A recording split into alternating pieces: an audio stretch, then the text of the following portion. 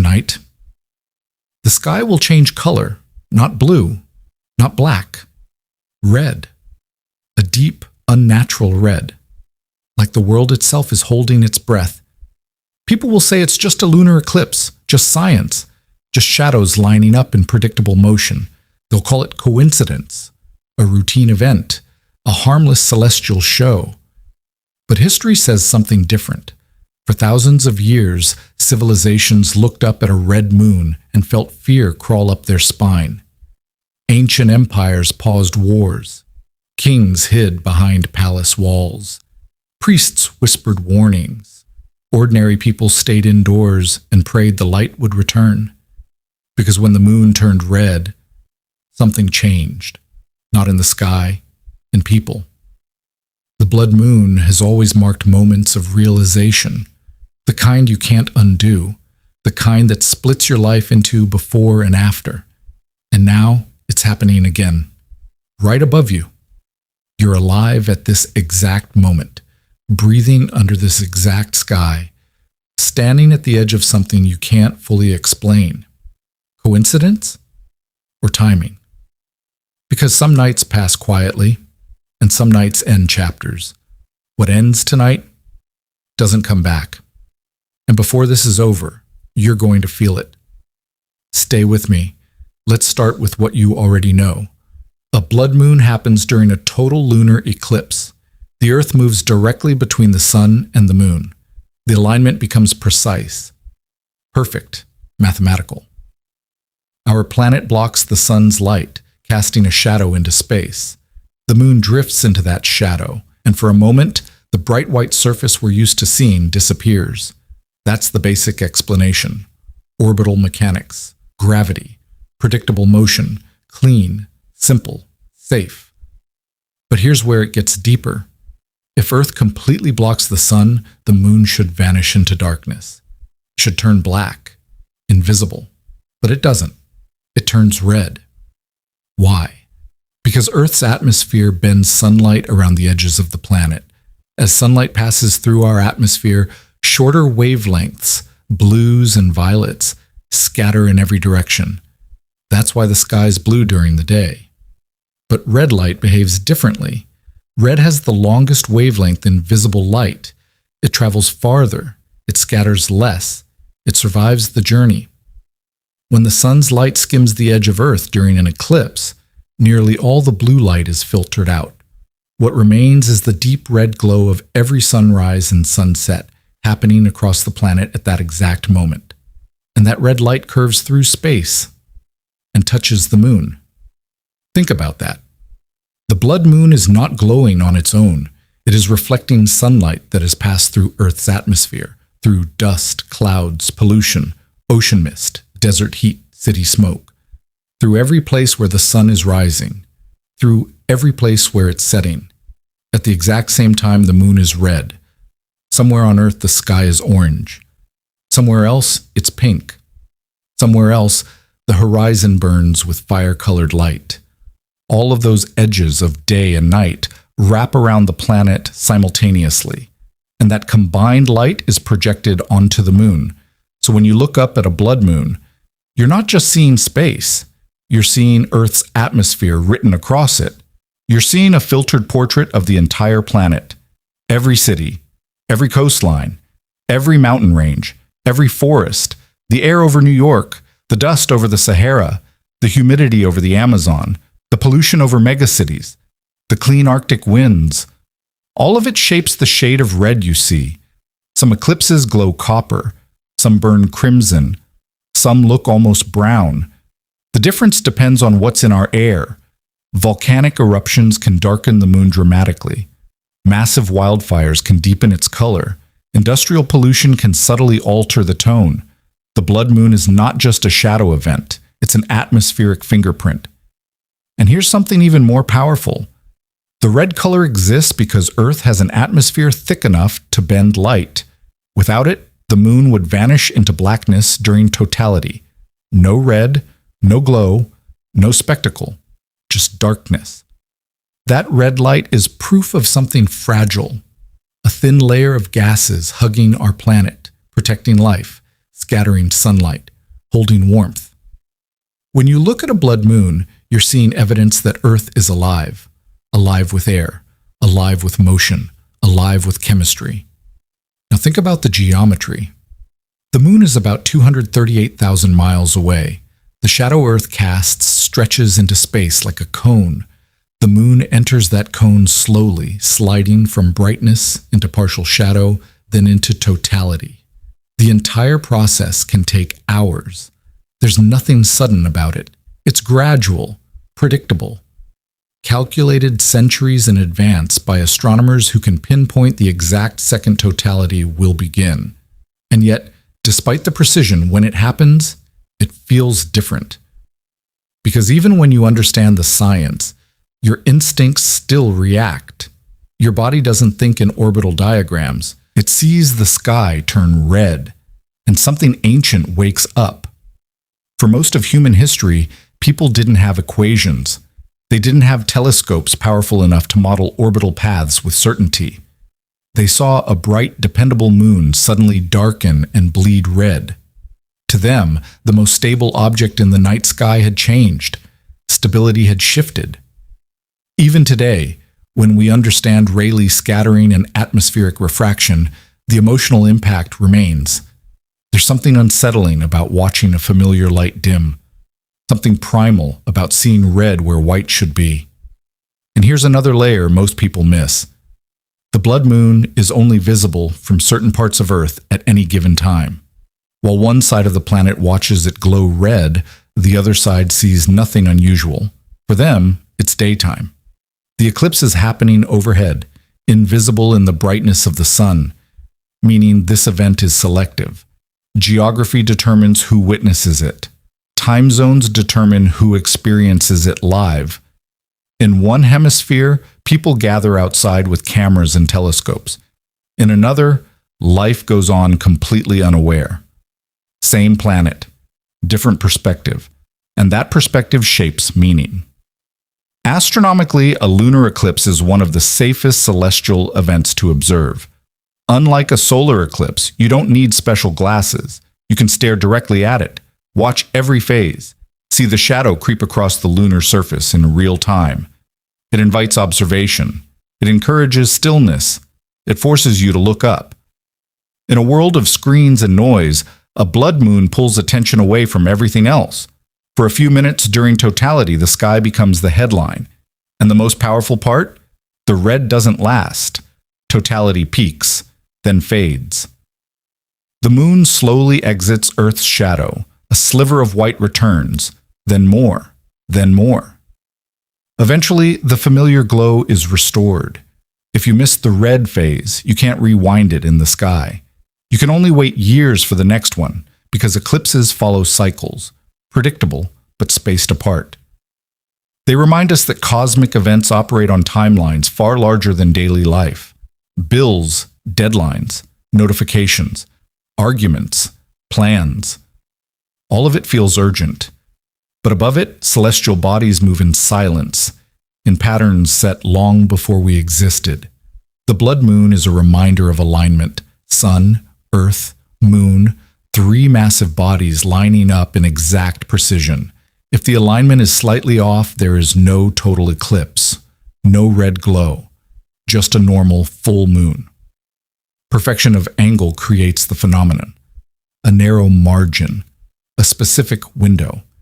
And during that window, the moon becomes a mirror, not shining its own light, but reflecting filtered sunlight shaped by Earth. So when you look up and see red, you're not seeing danger, you're seeing physics, you're seeing atmosphere, you're seeing alignment, you're seeing the edge of day wrapped around the world at once. And maybe that's why it feels powerful, because it's not random, it's structured.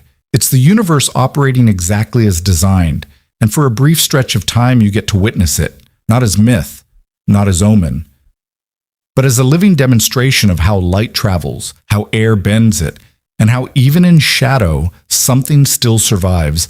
Even in darkness, red remains, and that changes how you see the sky. Here's something that will make you uncomfortable. Major turning points in history have coincided with blood moons, not because the moon caused them, but because when the sky shifts, human perception shifts with it, and perception drives behavior. Let's go back. 1504. Christopher Columbus was stranded in Jamaica. His ships were damaged. His crew was desperate. Supplies were running low. The local Arawak people had stopped providing food. Columbus had something they didn't: astronomical tables predicting a lunar eclipse. He gathered the local leaders and warned them. His God was angry. As proof, he said, the moon would disappear and turn red. When the eclipse began, panic spread. The moon darkened. Then it bled crimson. To the islanders, it looked like divine punishment. To Columbus, it was leverage. He waited until totality peaked, then promised to restore the moon if food supplies resumed. Hours later, as the moon returned to white, his authority was sealed. The eclipse didn't create fear. It exposed vulnerability. It amplified belief. Now move forward. 1917. The world was deep inside World War I. Empires were collapsing. Soldiers were dying in trenches by the millions. Political systems were shaking. That year saw multiple eclipses. Did the eclipses cause revolutions? No. But imagine being alive then, living in uncertainty, hearing rumors of defeat, famine, rebellion, and then looking up to see the moon swallowed in shadow. In fragile times, symbolism hits harder. The red sky becomes a backdrop to instability. Now, 1968. A year burned into modern history. Assassination, civil rights unrest, global protests, war expanding overseas, cultural revolutions erupting in the streets. Multiple eclipses occurred that year too. Again, coincidence. But coincidence doesn't stop the human mind from connecting dots. When chaos is already brewing, dramatic natural events feel like confirmation. Confirmation that something larger is happening, that the world is shifting. Now jump to 2003 to 2004. Wars reshaped the Middle East. Governments fell. Global tensions escalated. During that period, a rare tetrad cycle occurred. 4 consecutive total lunar eclipses, each visible from large parts of the world. To astronomers, it was orbital rhythm. To many religious groups and political commentators, it was prophecy. The moon became headline material. Symbolism traveled faster than science. And then 2020, before the world shut down, before lockdowns became normal vocabulary, before uncertainty spread across every continent, there was a blood moon season. No, it didn't cause a pandemic. But once again, the sky turned red during a period of rising global tension. And when the world later changed in dramatic ways, people looked back and said, it was a sign. This is what humans do. We assign meaning to patterns, especially when those patterns are rare, dramatic, and impossible to control. Now pause. Am I saying the moon causes chaos? No. The moon follows gravity. It obeys physics. It doesn't influence elections. It doesn't start wars. It doesn't crash markets. But humans? Humans react to symbols. And a red moon is one of the most powerful symbols we have. Red is the color of warning, of danger, of blood, of urgency. When the sky turns that color, something ancient inside us activates, even if we understand the science. Even if we know it's just alignment, an atmospheric scattering. Your nervous system doesn't care about orbital equations. It sees the sky change and asks one question. Is this normal? And when the answer feels like no, people become more alert, more reactive, more emotional. Financial markets are driven by emotion as much as data.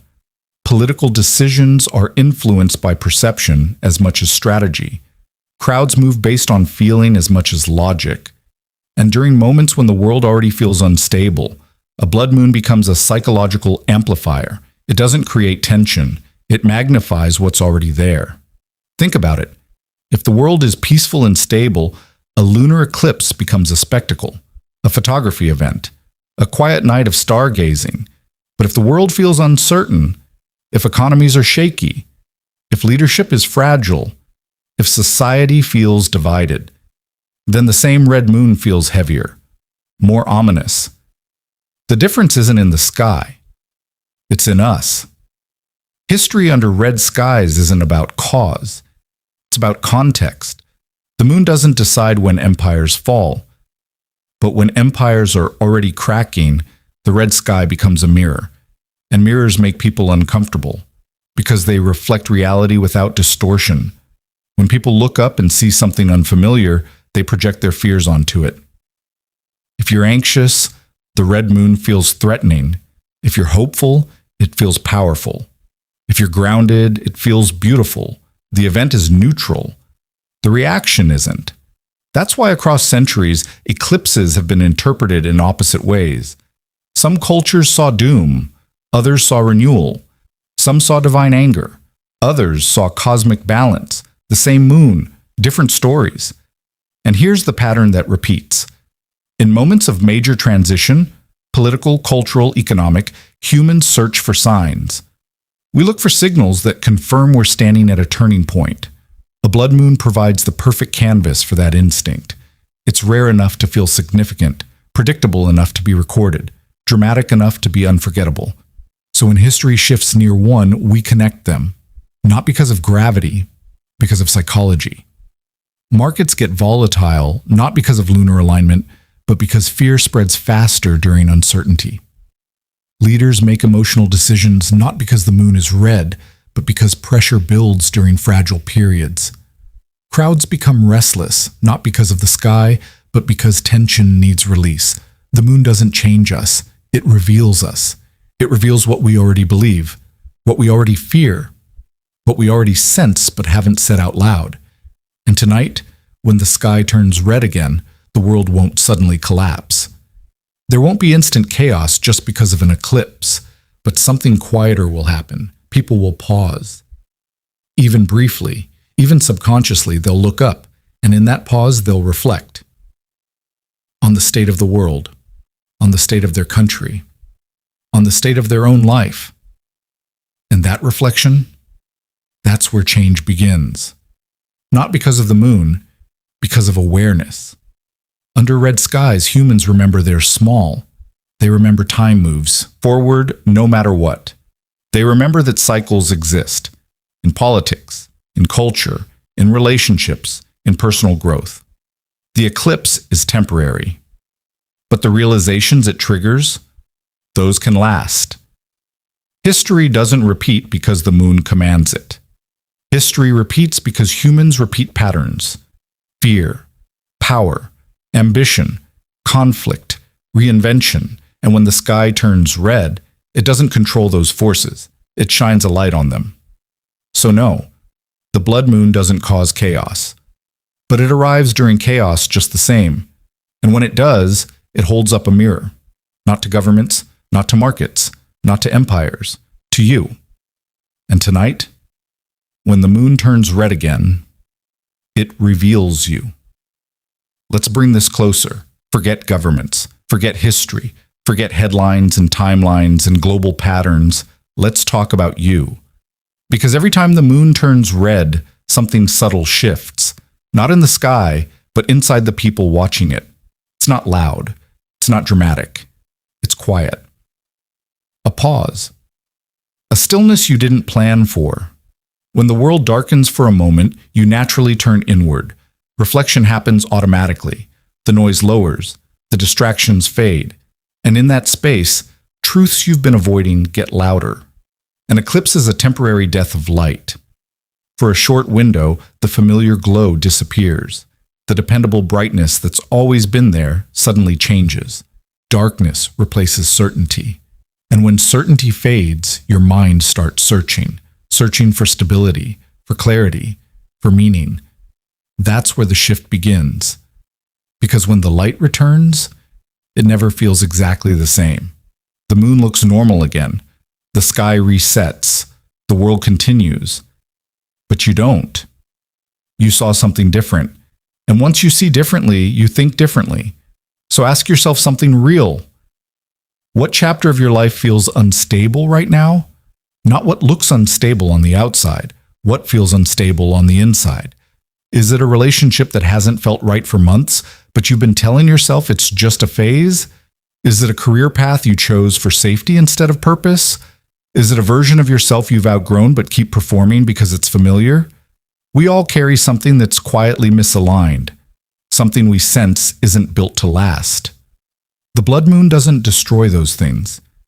It exposes them. That's the difference. It doesn't create cracks. It highlights the cracks that were already there. Things already cracking, break. Things already fading, disappear. Things already misaligned, fall apart. Not instantly, not dramatically, gradually. The shift is psychological before it's physical. You don't wake up the next morning with your life flipped upside down. You wake up with a thought you can't ignore. Maybe this isn't working anymore. It sounds small, almost harmless, but that thought is the beginning of the end. Because once your brain starts questioning something deeply, it doesn't go back to blind comfort. Then comes the feeling. A heaviness when you enter certain rooms. A tightness when certain names pop up on your phone. A restlessness on Sunday nights. A quiet envy when you see someone living boldly while you feel stuck. You try to brush it off. You tell yourself you're overthinking. You distract yourself with routines. But the feeling stays. And during moments of stillness, like standing under a red moon, it gets louder. I can't keep pretending. That sentence doesn't explode into your mind. It creeps in, softly, repeatedly, until one day it doesn't feel like drama. It feels like truth. And truth is powerful because it simplifies things. Once you accept that something isn't aligned, the decision begins forming on its own. You don't need fireworks. You don't need a catastrophe. You just need clarity. And clarity is irreversible. That's the dangerous part. You don't notice the exact second it locks in. There's no sound, no visible signal. But internally, something clicks. I'm done. Maybe you don't say it out loud yet. Maybe you don't act on it immediately. But internally, the decision is made. And once that internal line is crossed, there's no reversal. You can delay action.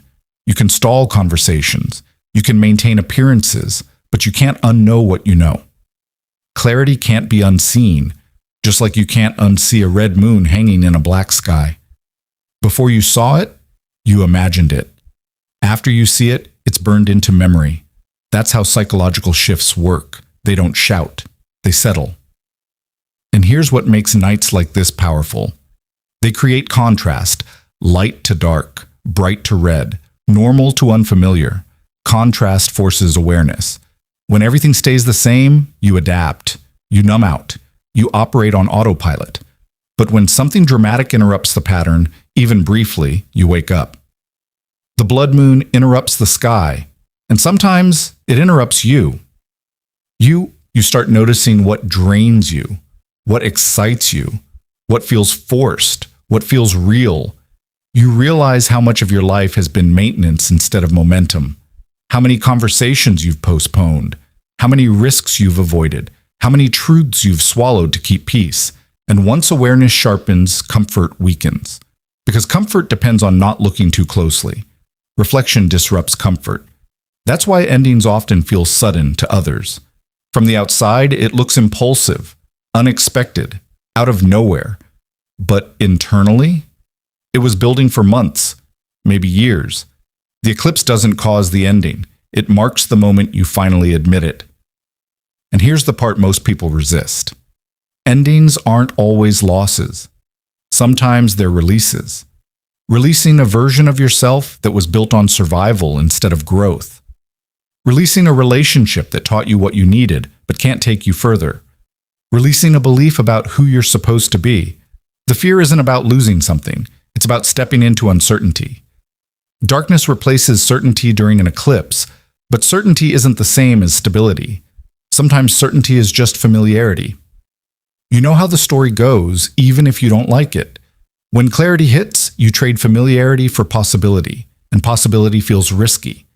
Because once you decide something is over, you can't go back to pretending it's fine. You can't rewind your mind. You can't force ignorance. The red moon fades, but the shift stays. So tonight, while the sky darkens and glows and returns to normal, pay attention to what surfaces inside you. What thought keeps repeating? What truth feels unavoidable? What version of your life feels like it's quietly expiring? Because whatever that is, it's already ending. You're just catching up to it. And once you fully see it, once you accept it, the process becomes irreversible. Not because of fate, not because of the moon, but because you chose awareness. And awareness changes everything. When the light returns, the world may look the same, but you won't be. Something subtle will have shifted, a tolerance lowered, a boundary strengthened, a dream revived, an illusion dissolved. And that's what ends tonight. Not the world, not the sky, a chapter, a pattern, a false narrative you've been telling yourself. And once that ends, there's no going back to who you were before you saw it clearly. Here's the truth nobody dramatizes. The moon always comes back, white, bright, untouched. It returns to its familiar glow like nothing ever happened. The sky resets. The darkness retreats. The world continues its routine. But the person watching it? Different? Because for a few suspended minutes you felt perspective. You felt how small you are beneath something so vast. How time keeps moving whether you hesitate or act. How cycles continue with or without your permission. Eclipses don't change the moon. They change the observer. Something inside you either awakened or ended. Tonight was never about superstition. It was about timing. Maybe this is the night you end procrastination, end a toxic habit, end shrinking yourself to fit spaces you've outgrown. Or maybe something ended without asking you first. A comfort, an illusion, a story you told yourself to feel safe. The blood moon wasn't watching you. You were watching yourself, reflected against a red sky. And when the light returns, ask yourself one question. What ended tonight? Because whatever it was, it can't be reversed. Look up when the sky turns red and pay attention to what you feel. That's the real eclipse.